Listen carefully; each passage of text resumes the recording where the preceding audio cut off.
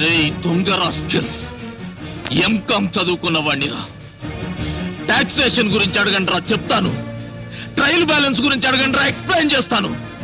అంతేగాని హైదరాబాద్ లో సముద్రం ఎందుకు లేదు, జయలలిత గారికి పెళ్ళెందుకు కాలేదు, చంద్రబాబు నాయుడు గారికి గడ్డ ఉంటే బాగుంటాడా లేకుంటే బాగుంటాడా, ఇవి కాదురా అడగాల్సింది. అప్పర్ క్యాస్ట్ అంటే డబ్బున్న వాళ్ళు, లోయర్ క్యాస్ట్ అంటే పేదవాళ్ళని ఎవరు చెప్పారా? ఈ రాష్ట్రంలో ఒక చేత్తో డిగ్రీ పట్టా, మరో చేత్తో కాలిన పట్టా పట్టుకొని తిరిగే వాళ్ళల్లో జంజం వేసుకున్న బ్రాహ్మణుడు ఉన్నాడు. పేరు చివర రాజు, రెడ్డి, చౌదరి, నాయుడు అని తోకలు తగిలించుకున్న అగ్రవర్ణాల దరిద్రంలో ఉన్నారా. రేయ్, ఆల్రెడీ అమ్ముకున్న ఉద్యోగాలకు ఇంటర్వ్యూలు పెట్టి మమ్మల్ని ఏడిపించకండిరా. ఉద్యోగం వస్తుందన్న ఆశతో ఈ బట్టల ఇస్త్రీకి 3 రూపాయలు, బస్ ఛార్జీకి 5 రూపాయలు, అప్లికేషన్ కి 10 రూపాయలు అప్పు చేసి ఇంటర్వ్యూకి వస్తావరా.